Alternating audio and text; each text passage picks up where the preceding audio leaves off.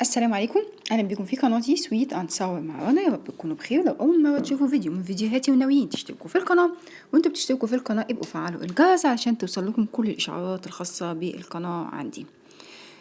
الرز المعمر حلو وحادق جمعته لكم في فيديو واحد عشان واحنا بنطبخه واحنا بنعمل طبيخ. النهارده هنعمل اهو رز معمر، كمان نحلي بالرز المعمر الحلو. شايفين القطعه عامله ازاي؟ ما شاء الله بجد، وممكن تعملوها اتخن من كده.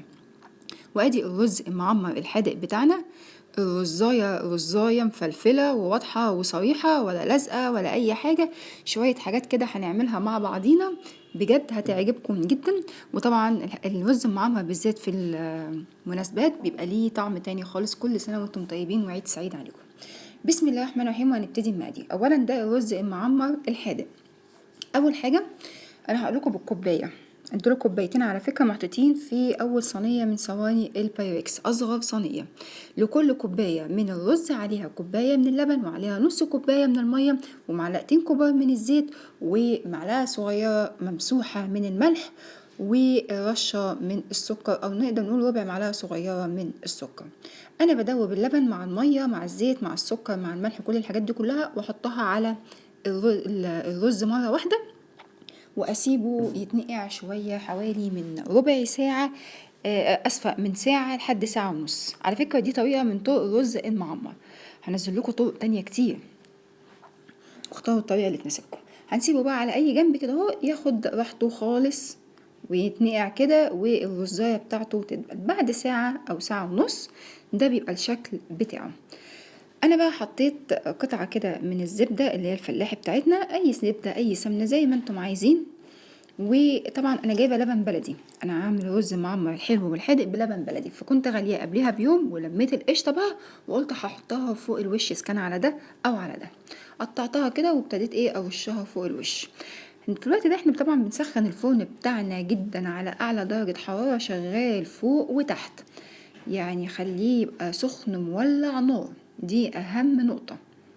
وبعد كده هندخله الرف اللي في النص، ونطفي تحت ونشغل الشواية بتاعتنا. بس احنا عايزينه ياخد وش الاول، تسيبوه على اعلى درجة حرارة بس طافين من تحت الشواية بس هي. طب لو احنا حاطينه بايركس زي ما انا عاملاه كده اهو، لازم الصاج بتاع الفرن علشان ما يتلدعش من تحت، فنحطه عشان يعرف يوزع لنا الحرارة كويس. بصوا هو حتى الشواية بس شغال عليه بيغلي ازاي. ليه؟ لان الفرن اصلا كان شغال فوق وتحت، والفرن سخن جدا، فكده كده هو شغال السخونية بتاعته.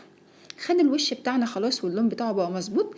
هطفي الشواية وهنزله هو على الرف الأولاني على درجة حرارة 160 170، يعني أقل من المتوسطة للناس اللي ما عندهاش تايمر. هياخد بالظبط معاكم من ربع لتلت ساعة. أعرف منين؟ بلاقي خلاص كل السوائل اللي كانت فيه نشفت. شايفين بقى شكله وهو خارج عامل ازاي؟ الريحة يا جماعة جبارة.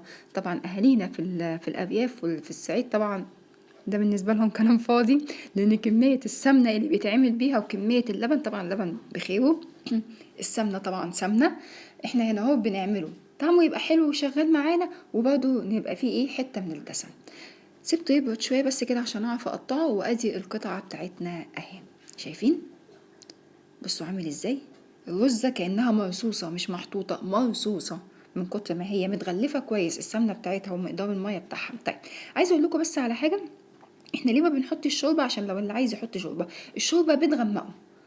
ولو بديت احط لحمة ولا احط فراخ وبراحتكم خالص، اعملوا اللي انتم عايزينه. نيجي بقى ايه للرز المعمر الحلو. دي عبارة عن كوباية وربع من الرز، بتتشوح في سمنة او زبدة، وممكن تحطوا معلقتين زيت. انا بصراحة شوحت في سمنة وزيت او زبدة وزيت يعني، شوحتهم كويس. انا عايزة الرزاية تتغلف كويس جدا. بصوا شكلها عامل ازاي، وهتبصوا على شكلها بعد ما اتعملت، بعد ما اتشوحت. شايفين الفرق؟ في الوقت ده هنزل ب3 كوبايات من اللبن بتاعنا، وطبعا انا مستخدمه لبن بلدي، وده احسن على فكره كتير من اللبن العلب. هنزلهم على النار، وهحط بالظبط معاكم من نص كوبايه لكوبايه الا ربع من السكر. انا حطيت نص كوبايه ومعلقه كبيره، وكان مسكر يعني حقه في السكر واخده جدا. بس طالما حطيت السكر يبقى لازم افضل اقلب من وقت للتاني، علشان السكر ما يخليش الرز يشيط مني تحت. وافضل اقلب بس كده. انا عايزاهم ياخدوا غلوه مع بعض. اول ما الاقيهم واخد الغلوه دي اروح رشه فانيليا ومقلباها كويس وجايبه الصاج بتاعي او الصينيه بتاعتي وهبتدي احط فيها. طيب قدامكم حل من الاتنين، يا اما من صواني الكيك، اصغر صينيه من صواني الكيك لو انتوا عايزينه تخين، لو عايزينه رفيع زي ما انا عاملاه كده هو مش رفيع قوي والله، يعني هو قطعه حلوه كده زي البسبوسه. يبقى دي اصغر صينيه من صواني البيتزا، وهبتدي احطه الرز بتاعنا. طيب اللون الحلو اللي احنا شفناه من الاول ده بيجي من ايه؟ بيجي من رشه السكر اللي انا رشاها فوق الوش دي، هتبتدي مع السمنه او الزبده بتاعتنا تدوب وهتدي اللون الحلو بتاعنا ده. هيدخل على درجه حراره متوسطه اللي هي 180 شغال فوق وتحت مع بعضه.